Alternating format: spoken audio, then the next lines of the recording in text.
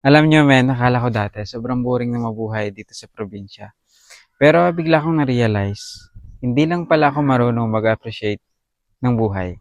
Kaya tara, samahan niyo ako sa araw na to na i-appreciate ang mabagal na buhay dito sa probinsya. Tara!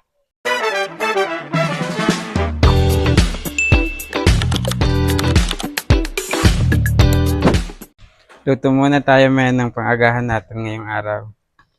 Ang agahan ko is daing. Yan o. Nabili ko to kahapon. Sunog siya men. Hindi ko na-control yung apoy. Grabe ba? Masarap yan. All goods yan. Kahapon may langka. Perfect match dito guys. Pero ngayon, yun lang muna yung ulam natin. Hindi ko yan titimplahin. Ibubudbud ko lang yan dyan sa pagkain ko. So tara. Dito ako tol kumakain sa labas kasi sobrang payapa ng buhay dito. Grabe yung ganda ng probinsya. Hindi ko to na-appreciate dati. Pero ngayon na-realize ko na mas maganda pala yung buhay ko kumpara sa iba kasi dito mabagal lang yung buhay. Wala akong masyadong stress.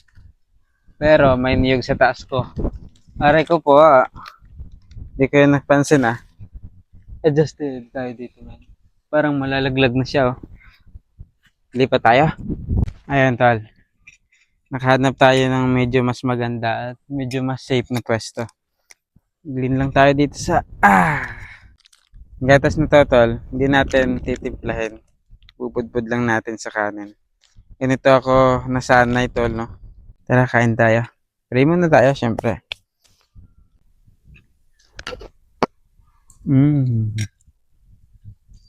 Sobrang bagal men ang buhay sa probinsya. Alam mo man maraming mga tao ang nangangarap ng tahimik na buhay, simpleng buhay. So nararanasan ko na yun dito sa probinsya. Hindi mo naman pala kailangan maging sobrang yaman para maging masaya. Dapat minsan yung simpleng buhay para maranasan natin yung simpleng kaligayahan. No? Oo, siyempre kailangan pa rin natin ng pera para siyempre mabuhay tayo. Hindi yan mawawala. Pero sabi nga nila, pag sobrang dami nila ng pera mo, hindi ka rin naman talaga tunay na masaya. Kaya pwede natin yung simpleng buhay. Kasi sarap mag-relapse ito sa province. Sobrang tahimik. Naririnig mo lang yung mga ibon, birds, dragon. Meron nga pala ditong cute na aso. Pinadalaw ako everyday. Aso ito ng kapitbahay namin. Gusto ko nga ampunin Cute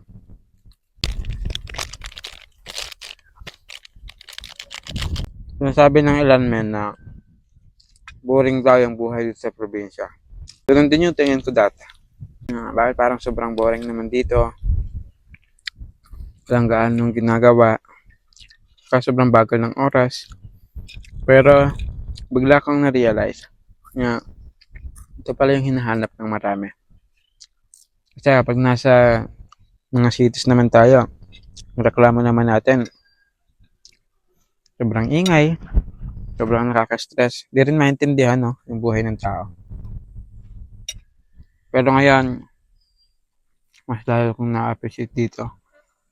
Sobrang saya lang na hindi mo naman pala kailangan ng maging mayaman o maraming pera para lang masabi na masaya ka. Sapat na rin pala yung simpleng buhay na meron tayo para maging tunay na maligaya. At ang natutunan ko rin sa Bible, yung tunay na maligaya daw ay yung nakakaalam na kailangan nila ng Diyos. Alam mo kasi man, hindi lang sapat na basta lang tayo nag-i-exist. Dapat alam din natin sa ating sarili na kailangan natin ng Diyos. So, kailangan natin ng sapatan yung ating spiritual needs. Kailangan natin mag-build ng relationship sa God. So, kahit gaano mo sabihin na na-enjoy mong buhay, darating at darating pa rin yung lowest point ng ating buhay. At kapag dumating yun, meron ka bang ang tinutukoy na lowest point ko ay yung parang wala ka na talagang malapitan. Kahit yung minamahal mong kapamilya, parang nahihiya kang lumapit. Alam mo yun? Kapag dumating ka dun sa pinaka lowest point, na halos wala talagang nagmamahal sa'yo. Though meron naman, pero hesitant ka na lumapit sa kanila. Kapag nagkaroon ka ng relationship kay God, hindi mo maisip na sukuan ng buhay. Kasi pag meron kang relationship sa Diyos, alam mo na may nakakita ng sitwasyon mo. Alam mo na may nakikinig sa'yo kapag nagpe-pray ka. Hindi lang basta tayo nag-i-exist. Meron din tayong purpose. May layunin ng buhay.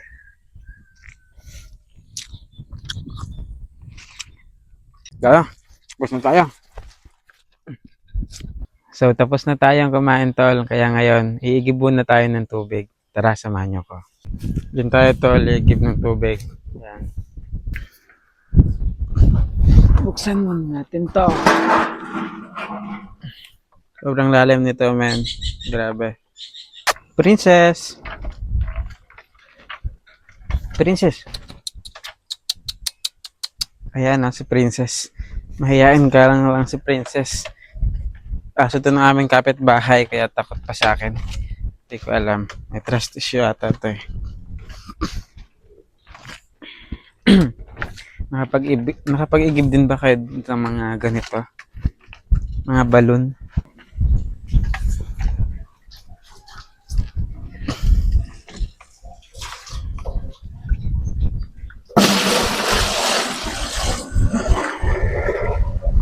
Meron pa ba kayong ganitong tabo, guys? Normal na tabo to dito sa Simara. Sira na nga, oh. Very, very nostalgic. At itong balon, nostalgic din kasi nung unang panahon pa to. Pero, dito sa isla, guys, ako na lang ata yung gumagamit ng ganitong balon kasi parang nag-iisa na to dito sa Simara. Grabe na. Ouch! Sira na nga, oh. Grabe ba? Grabe no, nararanasan ko pa yung sobrang simpleng buhay. Wala pang gripo eh. Pero okay na to. Gusto ko din tong ganitong buhay. Simple lang. Nga lang minsan, yung reality talaga, guys. Pag nagmamadali ka talaga. Minsan nahahassle pa akong pumunta dito. Pero kailangan lang talaga natin maging maaga at mabilis. Ganito yung exercise ko dito, men. Araw-araw ko itong ginagawa. Tapos, tol, ipupuno ko siya dito. Alam mo yung tawag dito sa napakalaking banga na to. Yan din pa yun, ito pa din yung pinag-iimbakan ko ng tubig, guys. Kasi, ang maganda dito, sobrang lamig ng kanyang tubig. Tapos, parang, basta, maganda siya, guys. Ang maganda lang dito, guys, no, yung ganito. Kasi yung dati, guys, ito yung kinukuhanan nila ng inumin, yung dito nila nilalagay. Tapos dito, ito yung pinagkukunan naman nila ng pinangsasaing, ganun. Ako, inimbakan ko siya ng tubig. Dito ako kumukuha ng panghugas. Tapos ito, nililinisan ko to.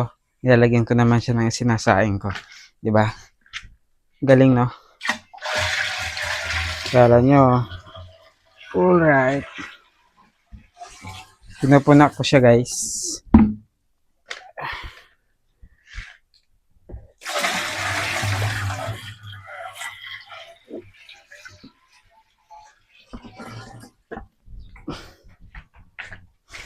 So yan, tal, tapos na ako mag-i-give. Tapos ko na rin punin yung banga.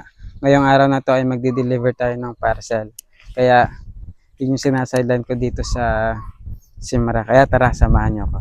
Yan, men, grabe. Buti na lang naagahan ko yung pag-prepare ko. Kasi pag check ko ng motor ko, yun oh, tingnan mo yung kadena ko.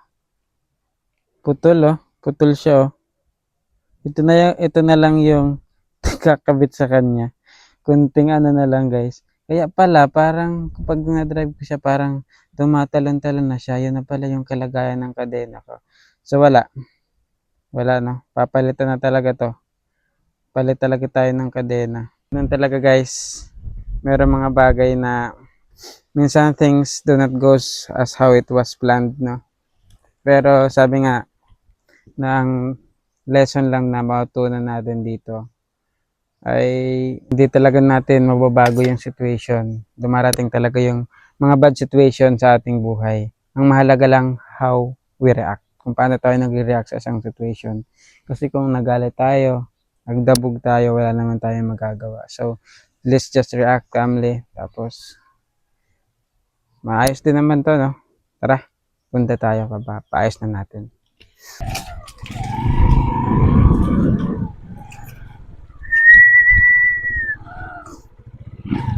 Sa Entol, galakbay tayo yung ating kadena. Kunting-kunti na lang yung nakadikit, no? Sana nga umabot pa tayo ng Mabini kasi siguro mga ilang kilometers pa kaya. Mga 3 kilometers pa siguro. 3 or 4 kilometers yung lalakbayin natin. Pero sana nga, no, umabot siya. So, man, nahihirap na pag hindi umabot, no? Ano kaya yung gagawin natin?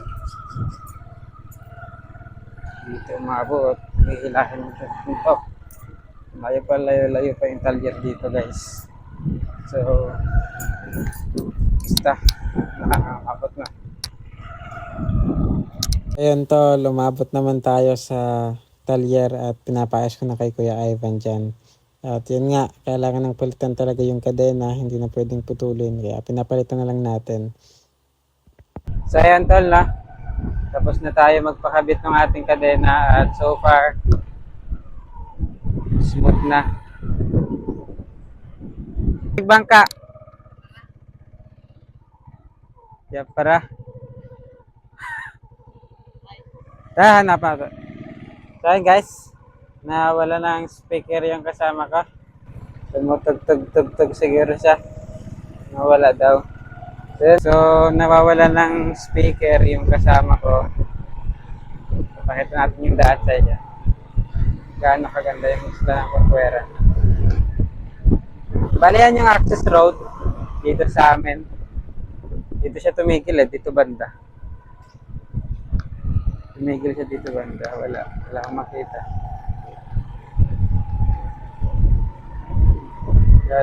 Kailangan natin samahan yung ibang tao kapag nasa lows nila, no?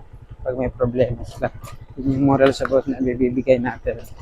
Kaya tawal din natin na iwasan ang mga aberya sa buhay. Basta ang halaga, stay humble lang tayo. Tapos, lahat ng bagay may solusyon.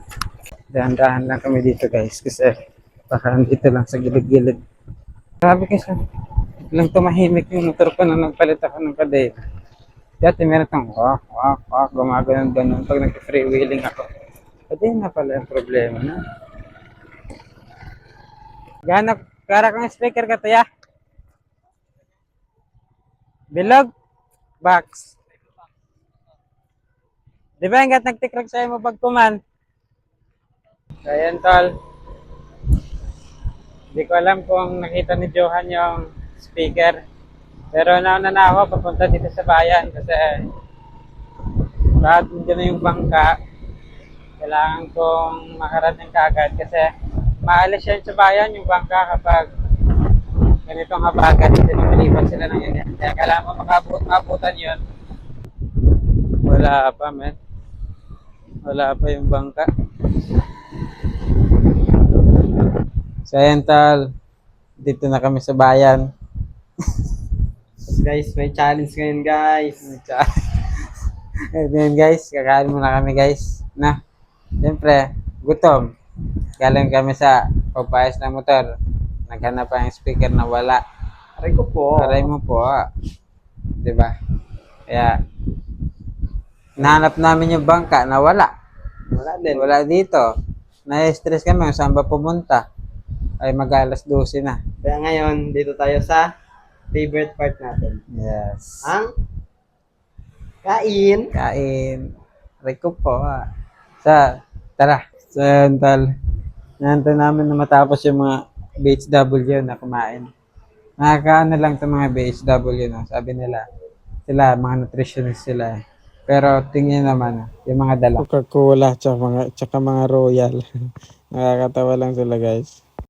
So, yun men, wala nga pala talagang bangka sa bayan kasi doon daw dumaong sa Ilihan. Yun yung temporary na dinadaungan nila kapag ganitong habagat kasi hindi daw kaya sa bayan. Kalmada naman pero doon talaga sila dumaong kasi parang tinatamad yung kapitan siguro na pabalik-balik naman. Oo nga naman, pabalik-balik. Kaya yan, talagang sinuong namin yung shortcut na daan kahit sobrang hirap kasi yun ang pinakamalapit na daan papunta doon sa Ilihan. Kaya tara, puntahan natin yung ating mga parcels. So nakarating kami men, ayun na nga yung bangka, binababa na yung mga parcels. Sakto naman na pagdating namin, binababa pa lang. So yun tol, nakaalis na kami halos sa Ilihan. Dala namin yung mga parcels. Ako na rin yung naghakot kasi wala yung tagahakot ko. Grabe guys, sobrang hirap ng daan galing sa Ilihan. Grabe men, sobrang nakakapagod. Sobrang tatarik kasi ng mga daan doon. Grabe, ang tataas. Parang kunting pagkakamali lang, pwede kang mabitin at bumalik. Kaya itumba mo na lang. Sa part na yan, medyo pantay na pero mahirap nga lang yung daan. Sumasayaw talaga yung motor ko. Kaya pati yung cameraman ko napapasayaw din. Pero kaya naman, hirap na hirap lang yung motor ko.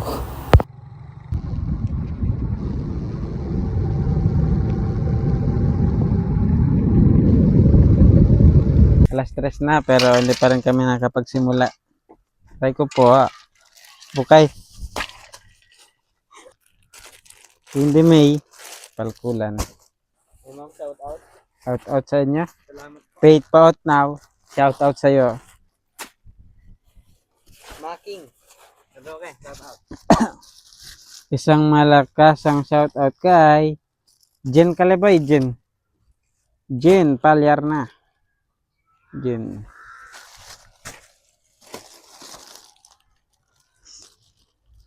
Yung last stress na. Pero magdi-deliver pa kami. Malungkot. Kakalungkot din. Pero siya pa po kita. Paikat katuyog po. Ito po. English po. English po, English dapat. English! You're liar! Marian! Masayahin sila guys. Masayahin. Masayahin. Sige nga. Ito mo guys. Yung aking empleyado. Na bato-bato lang boss. Wag.